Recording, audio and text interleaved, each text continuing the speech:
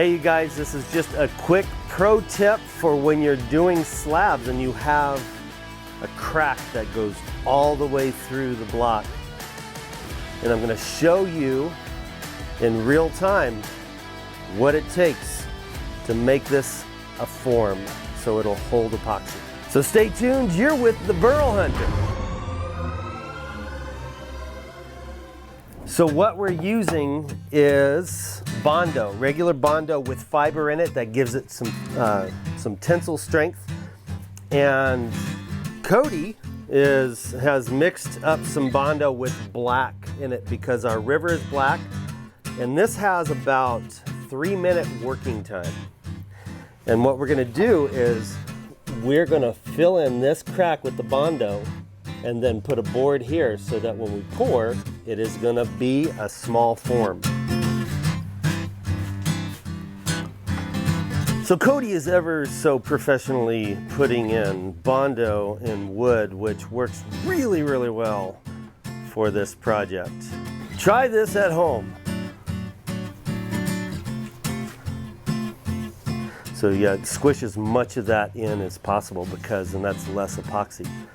So it's best to use as much as you can to fill up your cracks. You're waterproofing it, but epoxy is expensive, so you want to use as much inexpensive stuff as possible. So I'm forcing this up into the crack. And all this will sand off to the level of the wood. But it's nice that you can actually put pigment in this Bondo. So one of the things that we are doing here is we don't want to put Bondo on this face, because if we do, it's going to be a different color than the epoxy. So we're going to have to form up this side so when the epoxy runs down, there's going to be a small stick here and a stick that goes up, so we can just pour right in there. It'll be solid epoxy. It will match the epoxy in the middle of the river.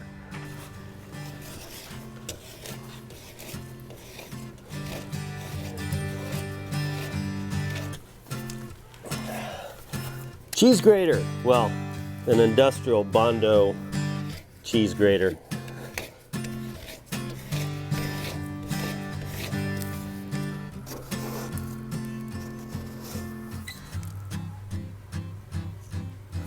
That's it.